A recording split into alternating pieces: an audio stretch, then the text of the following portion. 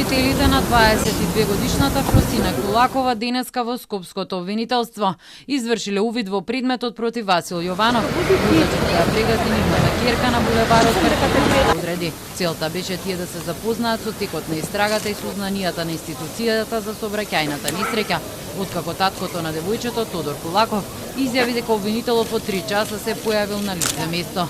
Републичкиот јавен обвинител Љупчо Куцевски претходно изјави дека Јованов ќе остане во притвор до крај, бидејќи се работи за кривично дело сторено со умисла. Според него казната треба да има одредена цел и влијание и обвинителството ќе ги преземе сите действија за обезбедување на цврсти докази.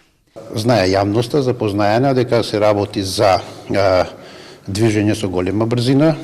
Истиот е под дејство на алкохол, поминал на црвено светло, брзината точно ќе утврди вештото лице од областа на сообраќајот, така да во тој дел јавното обвинителство нема никаков проблем и токму затоа е определени 30-дневен притвор. Што значи за овие кривични дела казната е висока и затоа јавниот обвинител предложил притвор за да се обезбедат доказите во текот и да не влијае на евентуално на постапката или на сведоци. Комисија на Судскиот совет пак изврши увид во пресудата против 20-годишниот Јованов, а потоа ќе направи извештај дали имало пропуст. Јованов е осуден на воспитна мерка за поседување и продавање марихуана и кокаин. Јавноста реагираше дека казната да оди во воспитен дом во Тетово најмалку 6 месеци до максимум 5 години е преблага. Во меѓувреме Јованов се жалел на апелација, а председателот на Судски совет Александар Камбовски изјави дека токму поради тоа комисијата мора да биде внимателна во постапувањето, за да не се свати дека врши притисок во одлучувањето на повистокниот суд. Комисијава треба првично да изврши увид во предметот. Малку е чувствително времето, затоа што предметот во овој момент се наоѓа пред апелациониот суд во Скопје.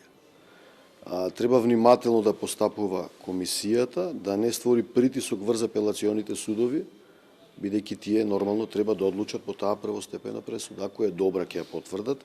Ако сметат дека не е во ред, дека постојат одредени повреди на постапката, ќе ја укинат или можеби ќе ја преиначат. Сдруженијето на суди денеска повторно изразија жалење за загубата на животот на Кулакова, но и загриженост за фактот што поедини суди се дискредитираат во јавноста, без при тоа да се почитуваат принципите на правна сигурност и пресумпција на невиност. Јавната осуда на судија не смее да биде иницирана и подкрепена од непотврдени шпекулации, односно без претходно да биде утврдена личната и професионална одговорност на судијата во конкретен случај. Повикуваме на внимателен и одговорен пристап од сите општествени гласноговорници во носењето на вакви одлуки со цел да се зачува независноста на судската власт и да се избегнат непотребни политички или јавни притисоци врз носителите на правосудните функции. Вината за системските проблеми во сообраќајот не може да се припише на судството, бидејќи сообраќајните несреќи се комплексен општествен проблем поврзан со инфраструктурата, превенцијата и свеста на учесниците во сообраќајот. Во апелација предметот стасал во ноември тече жалбената постапка. Судиката Даниела Алексиевска-Стојановска во пресудата напишала дека на Јованов како на помлад полнолетник му дава можност воочена и направена грешка да ја отстрани без потешки последици за него.